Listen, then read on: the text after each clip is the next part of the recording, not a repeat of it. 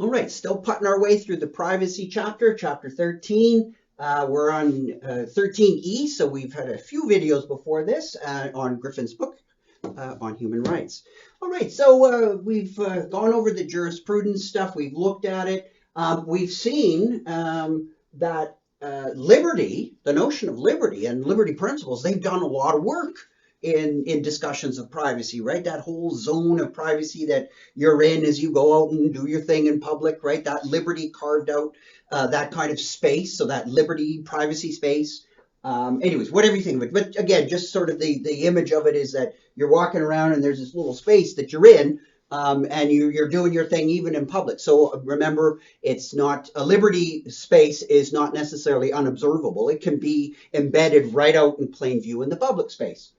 Okay, so it's done a lot of heavy lifting in American jurisprudence. Well, according to Griffin's survey of it, maybe we could do it all. Maybe that liberty, why don't we just dump privacy and go with liberty, right? If liberty's doing all this work, why can't it, if it's doing a lot, why not all of it? And Griffin says, no, that's not going to work. And so why does he say that? Why does he think that you can't just dump privacy and just go with liberty? Well, he says something like this. Look, let's go back to informational privacy. And it goes back to a distinction that he made earlier that I talked about earlier, namely the distinction between liberty and autonomy. If you roll autonomy up into liberty, then, well, everything's liberty, and then liberty swallows everything up, so privacy's gone, autonomy's gone. It's all just liberty. You want to do that, fine. But that, he thinks, will be a cloudy semantic move. So he's talked about autonomy being distinct from liberty. And autonomy was much more, shall we say, a much more cerebral thing. Because remember, if I set a society up, and Orwell worries about this in 1984, that if you set a society up, that there's perfect liberty, right? People can do what they want, but you've already controlled what they will want, right? So if Big Brother can come along and I can control your wants and your desires, I can strip you of your autonomy and give you free liberty. I can say, sure, you can rebel against the government, but spoiler alert, at the end of 1984, what's the main thing that comes out is that the main character, he dies loving Big Brother. He dies loving the state. His autonomy has been essentially crushed, right? So he could be, Big Brother might say, well, you can hate the state if you want, but I don't want to, right? So the whole notion of liberty can be there, but the autonomy's gone. Hey, what's the point? So autonomy protects us. Remember that chart I drew? Autonomy is something that's concerned about being brainwashed and all that kind of stuff. So liberty is something outside of that. Liberty is more of a physical, not so conceptual, but this kind of space that we actually move around corporeally, and liberty to do things. Mill used to call it like a political liberty, as opposed to freedom of the will, right? So freedom of the will is more along the lines of autonomy. Okay, so autonomy is not liberty, and of course, informational privacy is needed for developing the confidence, the capacity to even make autonomous decisions and then enjoy our liberty, right? So if you don't have informational privacy, you won't even have autonomy. So liberty doesn't even matter. Guaranteeing liberty is not going to ensure that you have autonomy. That's the argument here. And we should separate those two because they can be separated. Again, in a state that would set everything up where you're perfectly at freedom to do what you like, but the education system and everything is so constructed that you don't even want to do anything that the state doesn't want you to do, even though the state technically would allow you to do it. But, they've already got you. So this informational privacy protects our autonomy. So liberty is not going to do all the work. So we need a sense of privacy, this species of privacy, informational, which protects what I'm just going to call that inner citadel. And I'm channeling a hero of mine, the Roman emperor and Stoic Marcus Aurelius, who talks about the mind being an inner citadel, like the castle. Your autonomous mind And that's the Stoic basic line, is your mind has to be completely autonomous, because that's the only area where you can have true freedom, because you may not be able to change too much about the world, but one thing you can always control if you're truly autonomous is your viewpoint of the world, how you conceptualize it, right? I can't control the weather. I can't do all those kinds of things, says Marcus Aurelius, but at least I can control my attitude about it. I can't control many things in life, but again, I can choose to interpret them positively or negatively or whatever, because I have the sanctity of that inner citadel. And that is what informational privacy ultimately protects. Liberty can't protect that. Unless, again, you just make liberty into everything. Well, that's easy to do, but that's not very clear, because according to Griffin, you can make the argument that the two may work together, and they may even have overlapping, but they're not perfectly coextensive. So we shouldn't use the same term for both. Now the value of normative agency, yes, is extremely important. It's an essential part of the ground of human rights, but you can't just simply reduce all human rights to this notion of this value of normative agency. And why not? Well, if you recall the discussion in chapter 12 that dealt with international law and philosophy, philosophy might provide a framework, but it needs the realities, the practicalities, the changing conditions, the things on the ground, so to speak, to give a concrete dimension to these things, to give shape and sometimes new content. And recall the example that a human right to a nationality, right? Why do you need that? Because although we want to protect our normativity as an abstract concept, the best way to protect that, arguably, is by being a member of a community that exists, a reality, a political reality, like a nation. So you can't get that out of just the abstract concept of a normative agent. So you can't just simply reduce it down to that. You need this notion of the practicalities, and philosophy can look at justification, but it can't provide the content of everything. It can provide some human rights. It can help justify other kinds of human rights that come in from the outside, but it's incomplete. Philosophy can't do it all. You need to look at the practicalities of a situation. All right, so empirical experience is important. Now, talked earlier about privacy. Like privacy is a human right. Okay, what do you mean by privacy? Well, there's informational privacy. There is this liberty of the that's this spatially carved out space of liberties. Okay, so there's different species of privacy. So is there more?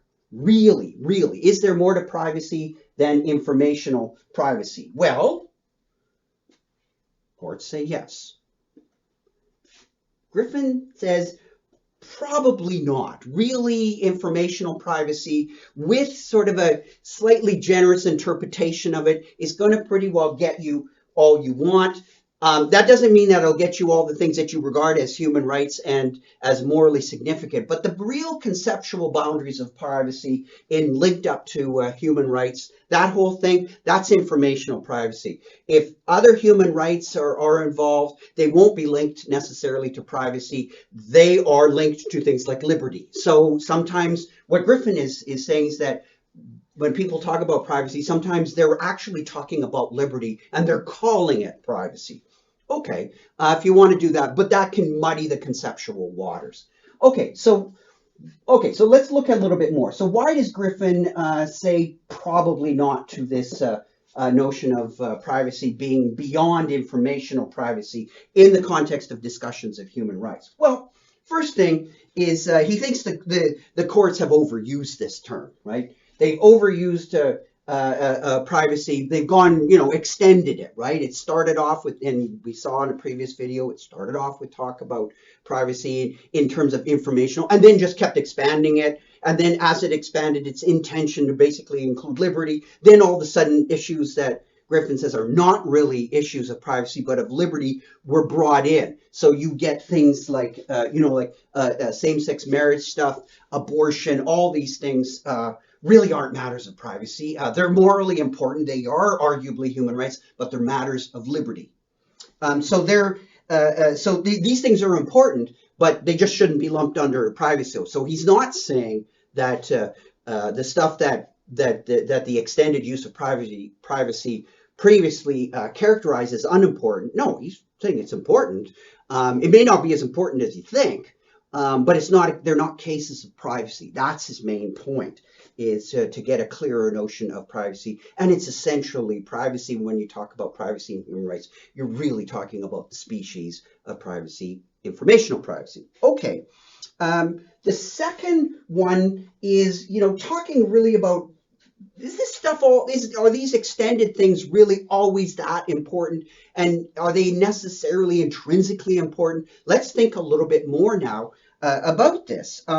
Is this area of this personal space, again, not the space of autonomy, not the inner citadel, but that kind of localized citadel, like in that, and he uses the old expression, like a man's home is his castle, that kind of stuff, that kind of thinking that there is that sort of space that you live in, that you own, and that's sort of a sacrosanct space. Yeah, it has some importance. How much, right? In that sense, they have a morally significant view, but it's not up on the level of the inner citadel level. What's so important about it? Again, he thinks that a lot of it is this importance has come down from this old saying, a man's home is his castle. It's not the internal citadel, it's this sort of local citadel. But he said, when we look at it, society has rightfully interfered with this localized citadel, of this personal space, the inside of the walls. Why? Because certain concepts are now recognized legally, and he says this is tied to a lot of feminist critiques, where he talks about and again, this is a big topic. He just kind of skirts around, or just sort of zooms around it, but the notion of the feminist critiques of privacy, the private and the public domains, the critiques of that, and that the private domain is not necessarily intrinsically sacrosanct, and it's not intrinsically non-problematic. But what's happened is that society through history has more or less given a right to protect not just the privacy of this sort of this liberty space in the house, not the one in public, but the one in the house. What's been protected is, shall we say, a patriarchal distortion of it, and that sounds more complicated than it really is. It's just that like a concept of let's say, like marital rape, right? That wasn't recognized before, is now recognized, and it's a criminal act. So things like that space is not going to be protected per se, because there can be distortions of it, and those should not definitely be protected. Now, Griffin is going to say something, also along this, like, okay, but let's think a little bit more about what we mean about this space, right? And he uses when we start thinking about, like an actual, remember, we're talking about like a physical space, a localized physical space, not the inner citadel, the autonomous realm, but sort of this local, like, very small space that I happen to own. Proprietary space, or whatever you want to call it. I think the walls of my house space. We'll come back to that. Those are going to be protected in some ways, but certainly not, you're not going to protect, again, that patriarchal distortion of that space. But he brings up what's always interesting is Virginia Woolf's comment about, a woman needs a room of her own. Why? Well, because that kind of space, that physical space is necessary. She argues, in terms of the development of autonomy, you need a space. Like, men have those spaces, but women didn't, right? Because they were sort of embedded in the space of the home. There was nothing there that was their personal physical space. And again, we're not talking about just the inner citadel. We're talking about a physical space, literally a room of one's own. And Griffin says, we have to be kind of careful about this, like how we actually start to interpret this when we leave the citadel notion, the inner citadel notion, and talking about a personal space, in the sense of, not the space of autonomy, but the physical space in which to maybe write or read or just simply sit and reflect. Are we going to say that now it's a human right for every child, once it hits the right age and is a fully functioning normative agent, that they should have some kind of physical space of their own, like children can't share rooms after a while? It's a violation of human rights. Now, Griffin's point is that once you start talking about these physical spaces and human rights to them, you better be pretty clear about what that means, because if they become matters of human rights, then is the state obligated for when people have children and to provide to make sure that children all have their own rooms or things like that? This will start to become, he thinks, kind of largely unworkable. So we have to be pretty careful and not just say, well, it's metaphorical or whatever. No, this, once it starts to take shape, can have a real world consequence in terms of what the state is, shall we say, obligated to supply. So also in terms of, yeah, maybe you can make the argument that it's better for intellectually, educationally, psychologically, for children to have their own physical space. But we also put the brakes on those is better arguments for what is a human right when we do talk about education, because there is no, like, you have a human right to a full-blown education or some education. Well, does everyone have the right to a completely flourishing life? Again, that goes back to the UDHR. Like, are these things like overblown, where it's the human right, the intention of it is so thick and rich that the extension of it would be that no state could afford that, right? There would be nothing that the state wouldn't have to provide. There would be no such concept as a generous state, because everything that is required of a flourishing a flourishing life would be part of a right, and so the state would be just obligated. So if a state, completely funded absolutely everything that people wanted for flourishing lives, that would just be a matter of duty. That wouldn't be, as they say, that wouldn't be a supererogatory act. There wouldn't be any room for that. They would all be just duties.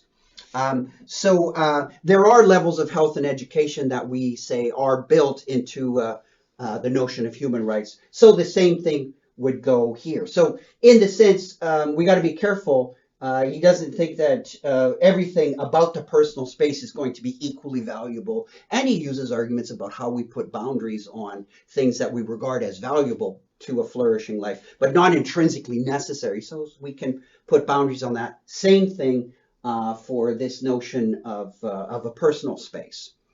All right, so we're going to continue and look at a couple of other considerations that Griffin has in this chapter on privacy, but I'll pick those up in the next video.